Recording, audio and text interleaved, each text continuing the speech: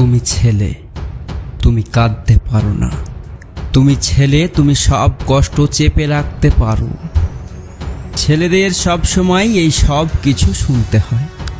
কোমল হৃদয়কে পাথরে পরিণত করতে হয়, কারণ ছেলে হওয়া তো অনেক সহজ।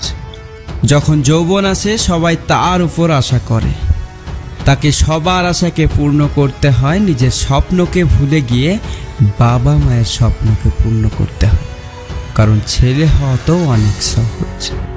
একজনের আশা পূরণ করতে গিয়ে আরেকজনের অপমান শুনতে হয়। হাজারো চিন্তা মাথায় নিয়ে মাথা উঁচু করে পথ চলতে হয়, কারণ ছেলে হওয়া তো অনেক সহজ।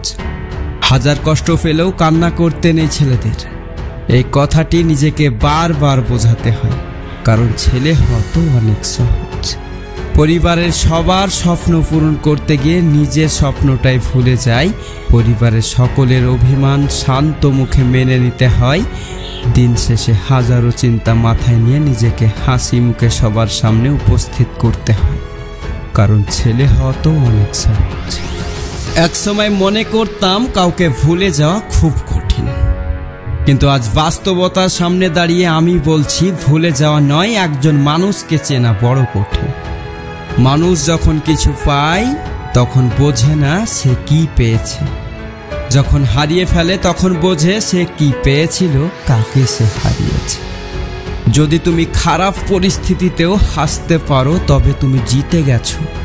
যন্ত্রণা দেখে পালিয়ে যেও না, একদিন যন্ত্রণায় তোমার জীবনের বড় শিক্ষক হবে।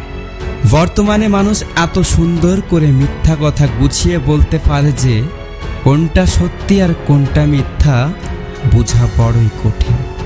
একটা মেয়ে চাইলে অনেক ছেলের সাথে সম্পর্ক রাখতে পারে, আবার একটা ছেলে চাইলেও অনেক মেয়ের সাথে সম্পর্ক রাখতে পারে, কিন্তু এগুলো করে নিজেকে দেওয়া হয় প্রতারকের পরিচয়। 10 জনকে নয়, একজনকে হাজার রকমের ভালোবেসে বুঝিয়ে দিতে হয় ভালোবাসা সুন্দর, সস্তা নয়। একটা গল্প বলি শোনো। একটা ছেলে একটা মেয়েকে অনেক ভালোবাসত। হঠাৎ তাদের মধ্যে ঝগড়া হয়। ছেলেটা অনেক সরি বলে, কিন্তু মেয়েটা রাগ করে থাকে। সারা রাত ছেলেটা মেয়েটাকে কল দেয়, সরি বলে। এভাবে সকাল 10:30 বাজে মেয়েটার ঘুম ভাঙে। ছেলেটার মেসেজ দেখে সাথে সাথেই অনেক কল দেয় এবং SMS-এ বলে ঘুমিয়েছিলাম, সরি। কিন্তু মেয়েটা জানতো না যে ছেলেটা ফাঁসির দড়িতে ঝুলতেছে। থাকতে কদর দাও প্রিয়, ভালোবাসা সুন্দর। নিজের চেয়ে উঁচুতে কাউকে দেখে তাকে আপনার চেয়ে সেরা ভাববেন না। উঁচুতে কিন্তু পচা মাংস খাওয়া শকুনও উড়ে বেড়ায়। আবার নিজের চেয়ে নিচুতে কাউকে দেখে তাকে আপনার চেয়ে দুর্বল ভাববেন না। নিচে কিন্তু পরিশ্রমী আর একতাবদ্ধ পিঁপড়াও হাঁটে। তাই অবস্থান দেখে কাউকে বিবেচনা না করে বরং অবস্থানে নিজেকে সেরা হিসাবে প্রতিষ্ঠিত করার চেষ্টা করুন, আর এটাকেই আত্মতৃপ্তি বলে। কিছু কিছু মানুষ আছে দেখবেন তার প্রয়োজনে আপনার সাথে এমনভাবে মিশে যাবে যেন আপনি ছাড়া তার জীবনে দ্বিতীয় কোনো অপশন নেই। কিন্তু প্রয়োজন যেদিন শেষ হবে সেদিন সেই মানুষটাই আপনাকে এমনভাবে অচেনা করে দেবে যেন আপনার অস্তিত্বটা তার জীবনে কখনোই ছিল না। সময়ের সাথে সাথে মানুষ বদলে যায়। কেউ নিজের স্বার্থের জন্য বদলে যায়, কেউ বাধ্য হয়ে বদলে যায়, কেউ অভাবের কারণে বদলে যায়, কেউ লোভের কারণে বদলে যায়, কেউ অহংকারের জন্য বদলে যায়, কেউ দায়িত্বের ভারে বদলে যায়। আজ আমি এমন আছি, কাল নাও থাকতে পারি। যে কারণেই হোক বদলে যেতে পারি।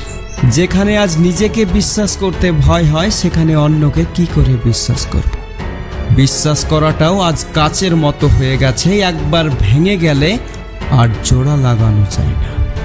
জীবনে এমন কিছু সময় আসে যখন প্রত্যেকটি নিঃশ্বাসই দীর্ঘশ্বাস হয়ে যায়। একটু শান্তির খোঁজে মনটা ব্যাকুল হয়ে যায়। কি কারণে মনটা খারাপ হয়ে আছে সেই কারণটাই খুঁজে পাওয়া যায় না।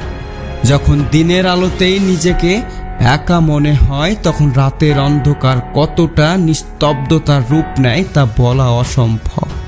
হয়তো এটাকেই একাকিত্ব।